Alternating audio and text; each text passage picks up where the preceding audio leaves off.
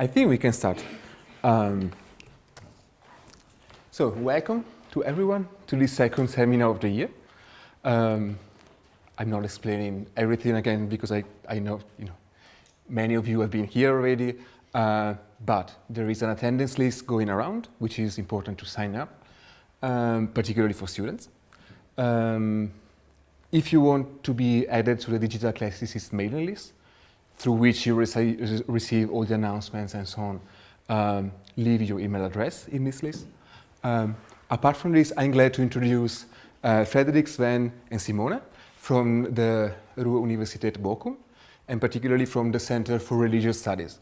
They are presenting about gods, graves, and graphs concerning their Semantic project, which is exploring network analysis related to religion. So I will just leave it to you. Yeah, thank you, Matteo, for the kind introduction. Hello, I am Frederik, and these are my colleagues, Simone and Sven.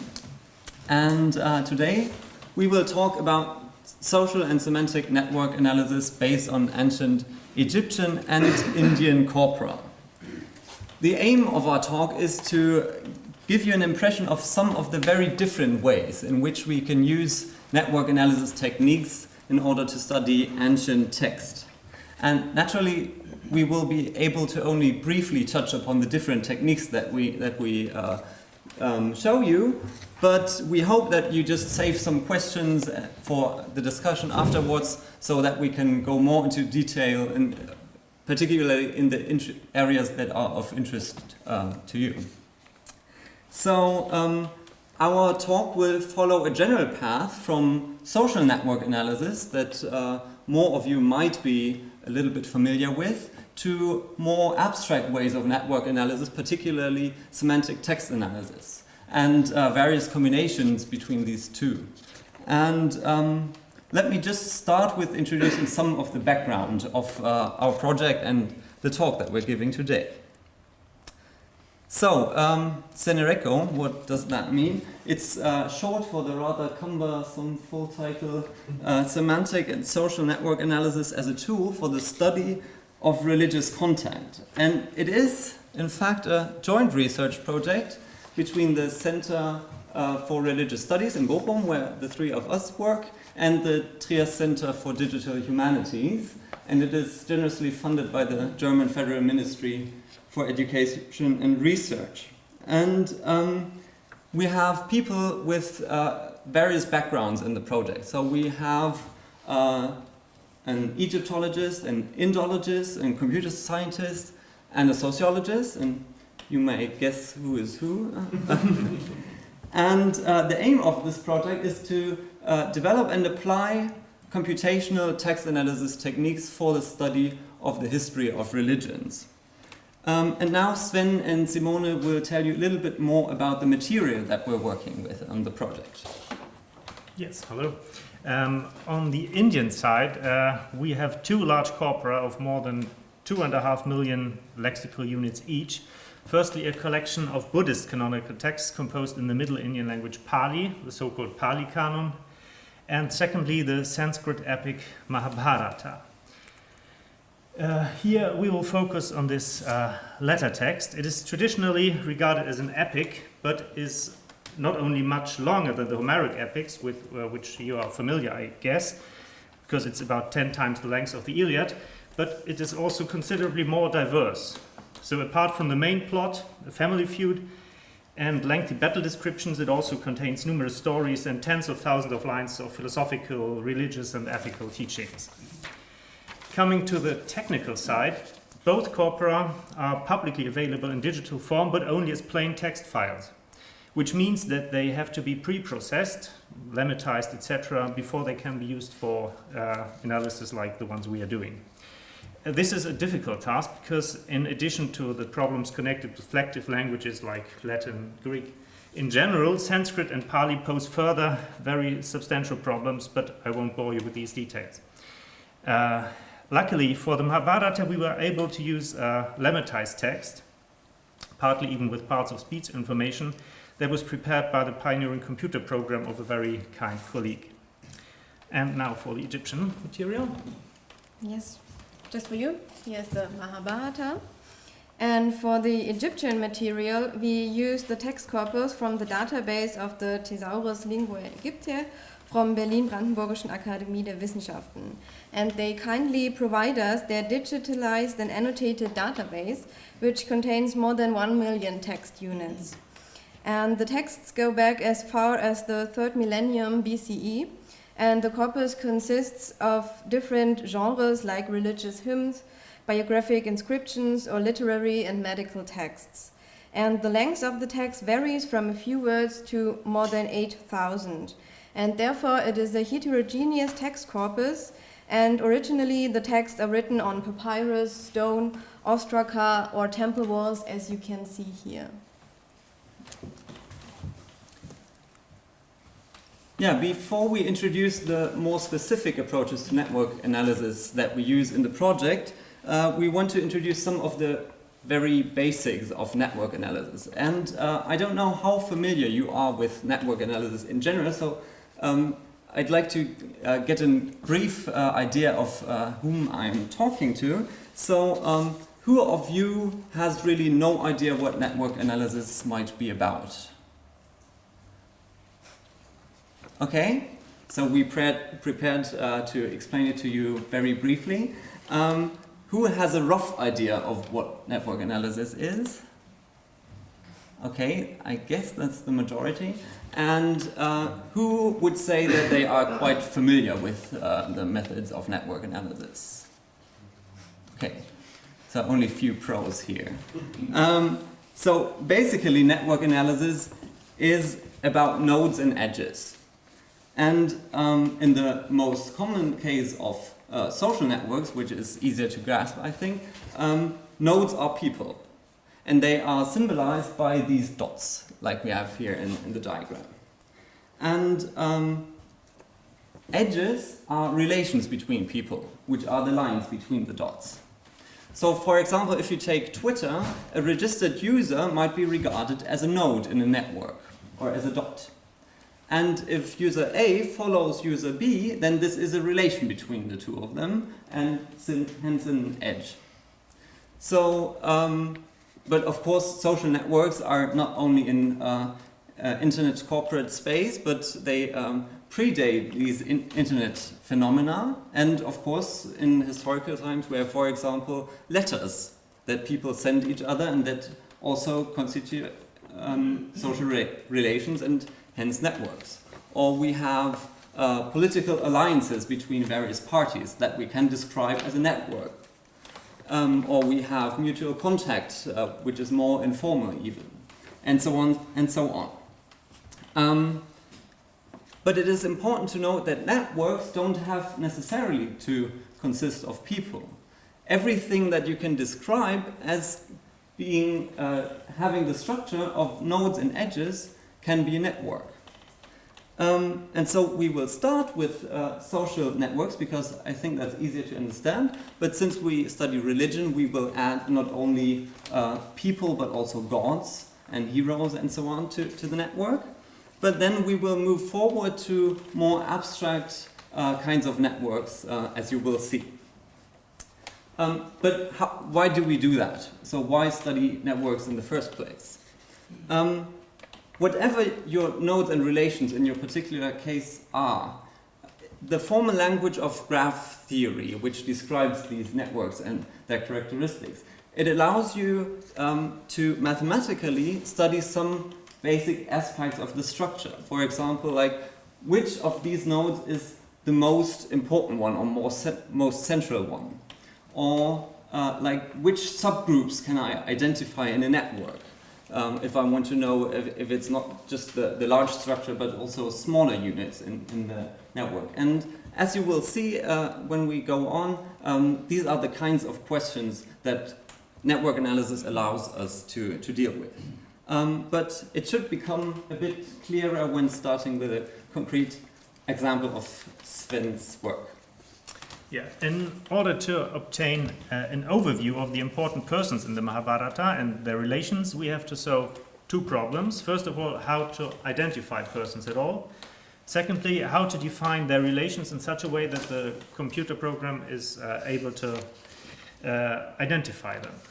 The first task is more tricky than one might expect because important figures tend to appear not only under the primary names, but also under epithets, and then sometimes the same epithet is used for several persons, etc., etc. But I will not enter into these details here. Suffice it to say that we found some working solutions, at least for the moment. Secondly, as to the relations, so for a present purpose, as I said, the relation must be recognizable by a computer, so we chose a very technical criterion. A relation represented by an edge in a network exists where two persons appear in the same verse. That means mostly in the space of two lines in the Mahabharata. On this basis, a social network can be quite easily constructed once the data are prepared. Here's the result of the 432 most frequent persons in the Mahabharata. So as you see, the circles represent persons, and the size of these circles is describes the degree, that is the number of links these persons have to other persons in the network. This graph, looks nice, but mainly it's meant to demonstrate the ability of the computer to automatically detect so-called communities, that is clusters of nodes or persons that are more closely connected with each other than with the rest of the network. So we see that we have different colors, and these different colors represent different communities. In order to show this on a more concrete level, please have a look at a much smaller network that is formed only by the main protagonists. So this looks more manageable. Here, the software, and I stress again, automatically, nicely groups, for example, the gods together. This is the red community, with one exception. This is Yama, but a very fitting exception. This is Yama, the god of death, who belongs to the central green community, which comprises most of the principal actors, that is warriors in this case. Then we have several small subgroups, different colors here, that consist of heroes that are particularly closely linked among themselves. Or, in the case of these singletons here and there, they have a connection with one of the central persons that does not form part of the main plot. So, for example, the person in the pink circle here, Kichaka, has a fight with one of the main heroes, Bhimasena, but this fight does not take place in the great battle, but on another earlier occasion. And as can be seen on this illustration that you saw at the beginning, they indeed quarrel, because these are these two persons, and they quarrel over a woman. Yeah, so this gives us a nice impression of the social structure of the Mahabharata. But this is not everything that we want to study. Especially in the humanities, but also in the social sciences, we are not only interested in social structures, but also in content or semantics. So what is this network actually about? Who are these people? Of what kind is their relation? These are questions that we want to ask. And so one way to add semantic information to this network is what I call the typed relations model. The idea is basically that we enrich the network by adding information about the kinds of relations that we observe. So we can distinguish, for example, between friendship, teacher-student relations, and enmity, for example. But when we started the project, we opposed quite strongly to the idea of predefining categories ourselves. So my argument would be, if we barely know how our current society works, how should we know what are adequate relation types in ancient India? So we looked for a way to inductively discover these kinds of relations that are meaningful in the material itself. And what we found is a method called NUBI, which is short for Networks Uncovered by Bayesian Inference. And it is something like topic modeling for networks. So another difficult word. So let me ask, who of you heard of topic modeling already? Okay, few people. So just let me very, very briefly tell you what this is. topic modeling is a method that allows you to find groups or clusters of thematically related words in a text corpus. So the idea is you have a large corpus and you process it through a computer program, and it shows you which are groups of words that frequently co-occur and hence seem to be something like a thematic group. That's the basic idea. And what NUBI does is it enriches this model by distinguishing between topics that describe entities, which are the people or the nodes in our network, and topics that describe the edges, the relations between the entities. And this translates roughly to this idea that I mentioned in the first place, so that you have different kinds of nodes in your network, so they aren't all the same, and you have different kinds of relations between these actors. And an example should help illustrate what this actually then looks like. Okay, it looks roughly like this. So here we have, you may recognize it, it's the same network as before, but now with the information generated by NUBI added through coloring the nodes and edges. Let us start with the persons that are now represented by pie diagrams. And the size of the differently colored sectors of these pies correspond to the percentage with which the persons are associated with the single topics. These topics, so-called, well, we call them entity topics, were extracted on the basis of the words that appear in a verse together with one person. So we have a verse where one person appears, and we have several other words. We just gather these information, pass it to NUBI, and in that way certain topics are associated to a certain extent with certain persons. And the general distribution of the topics you can see on this giant pie in the bottom right corner of the diagram. Here, well, I should add that the names of the topics you see here have been given by me, because the computer program only provides a list of words that belong to, or one might also say that constitute a topic. And sometimes these computer topics, if you do some trials, are rather surprising or even unintelligible to a human interpreter. But in the present case, one must say that they were more or less humanly understandable, so it was possible to attach a kind of title to each of them. But it's only a very rough title, I must say. As Frederik just mentioned, NUBI also extracts topics that are characteristic for the relation of two entities, and therefore we call them relation topics. Here, these topics are constructed on the basis on the basis of verses where we have two persons, and of course other words also mostly. Then we take the words not identical with the persons and pass them to NUBI. NUBI constructs these relation topics from them. They are represented in the diagram by the color of the edges. Because most edges are rather slim, we have chosen to use only the color of the predominant topic. So for example, if you look at the red connections, which symbolize fighting, you can easily identify the main enemies in the epic, because they are connected by constant fighting. Now, well, I could go on and on about the wealth of information that is hidden in this graph, and this mostly intuitively, I would say, convincing for a knower of the Mahabharata, although sometimes, and perhaps these are the most interesting points, we find information that is rather astonishing and intriguing and needs further research. Now, but instead of doing this, I think for the non-specialists it might be more interesting to point to two general observations we made in the present context while preparing these graphs. First, we noticed that persons may appear both as actors and in other, more, one could say, semantic functions.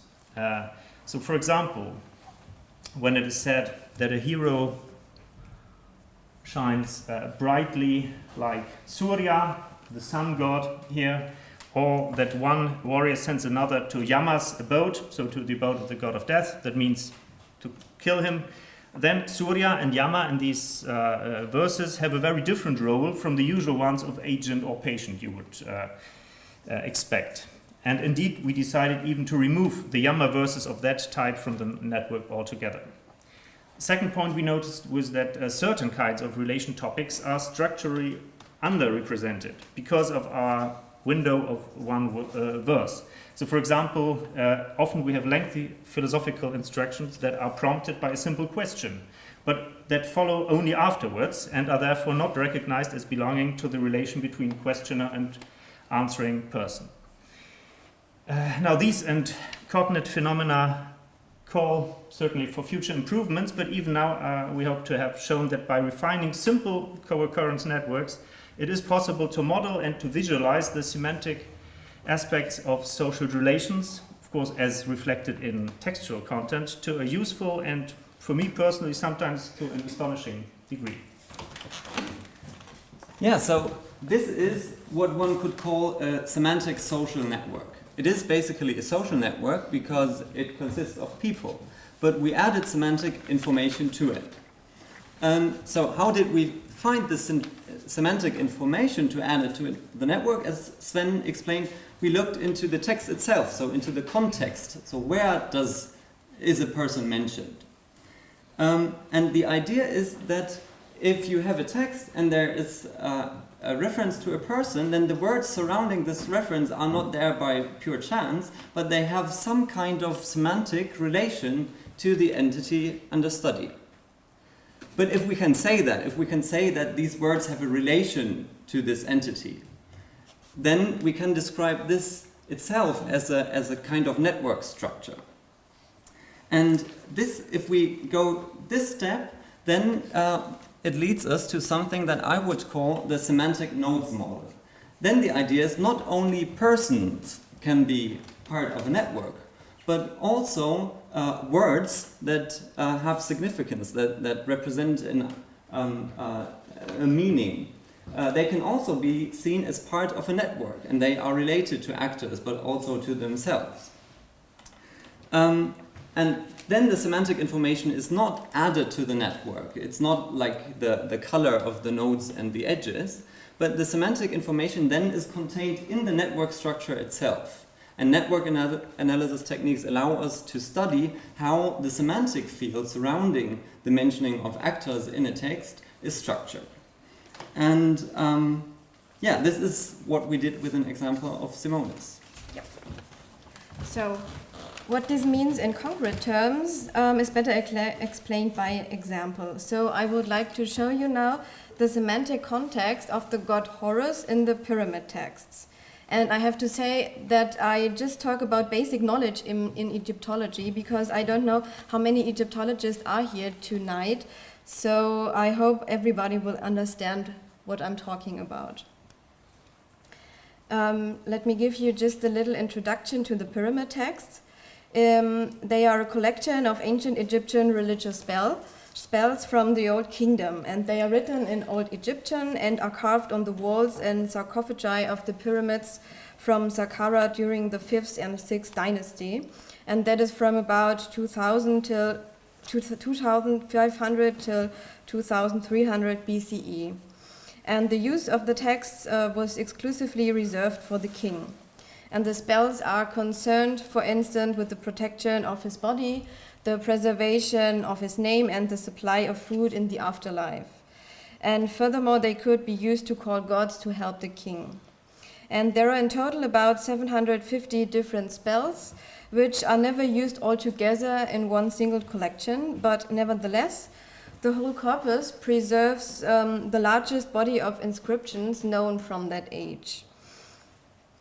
And to obtain a representative result, we choose that corpus as basis for the semantic network because it is big, from the same time period and the same genre. Let's go on to Horus.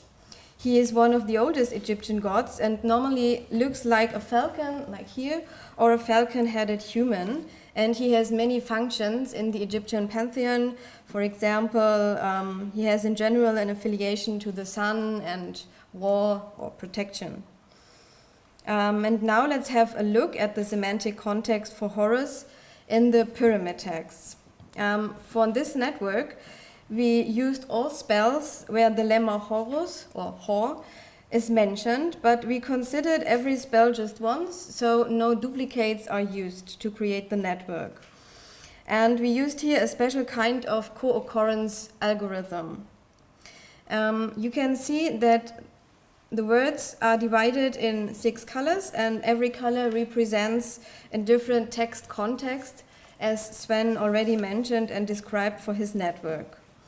This structure, often called a community structure, describes how the network is compartmentalized into subnetworks.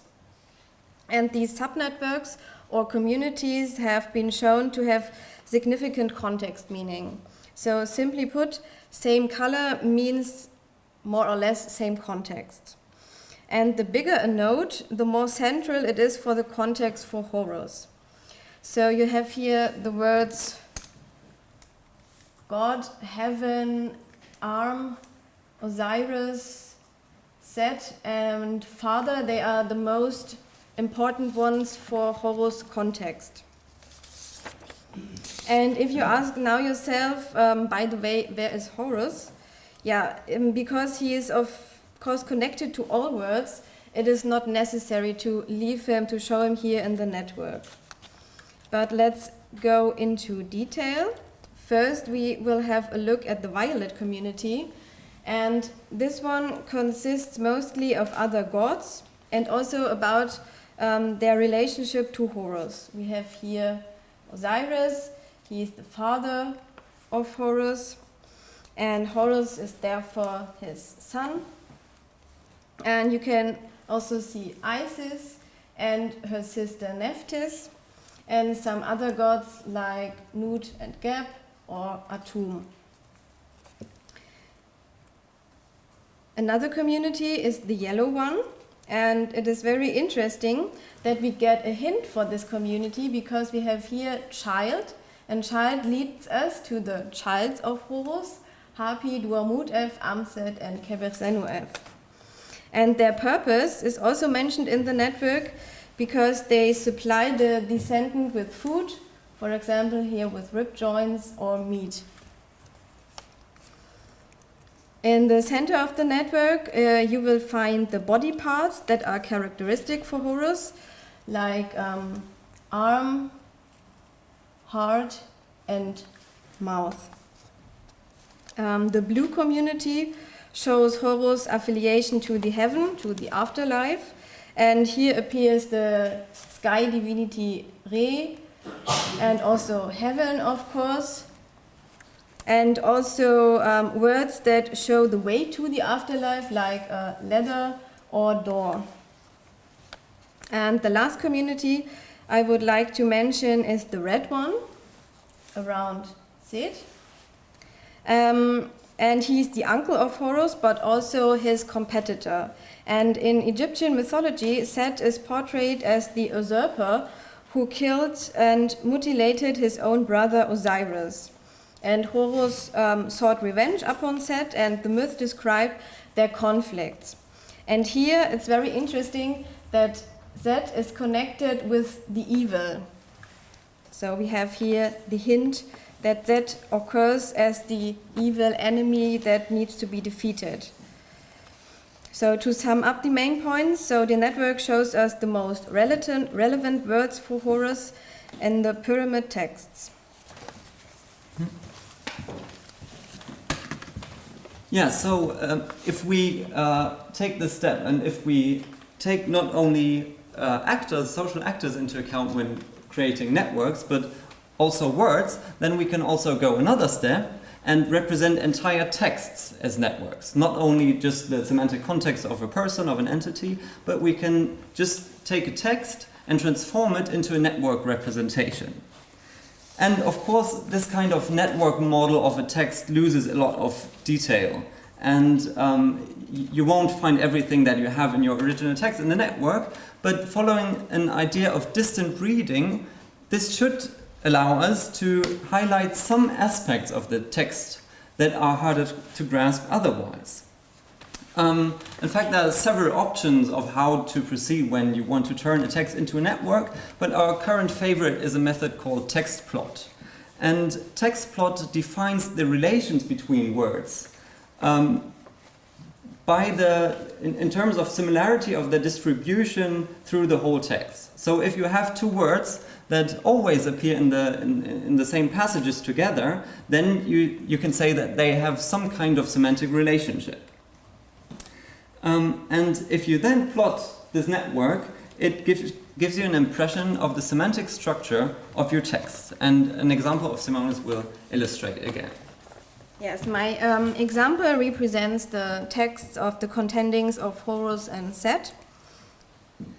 Here you have one sheet of the papyrus written in hieratic, and it dates back to 1200 BCE and is the longest of the New Kingdom texts. And the story deals between the battle between Horus and Set for the succession to the throne of Osiris. And I told you about the struggle between Horus and Set before. So the specific time of the contendings is a period during which the fighting has temporarily stopped, and Set and Horus have brought their case before a tribunal of the 9 gods. And throughout the story, Horus and Set compete in several ways in order to find out who will be the new king.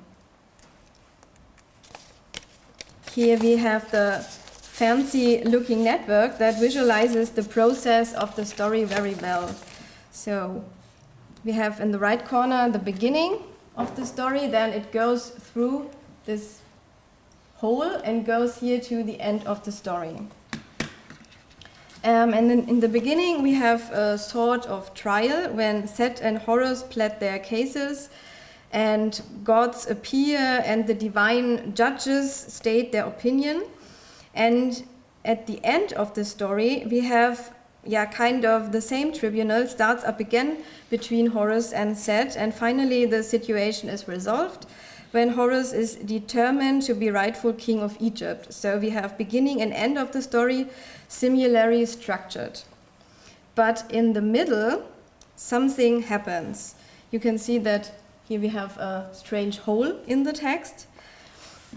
And we have the upper part that represents the sections in which the gods are discussing who should be the next king and heir of the white crown.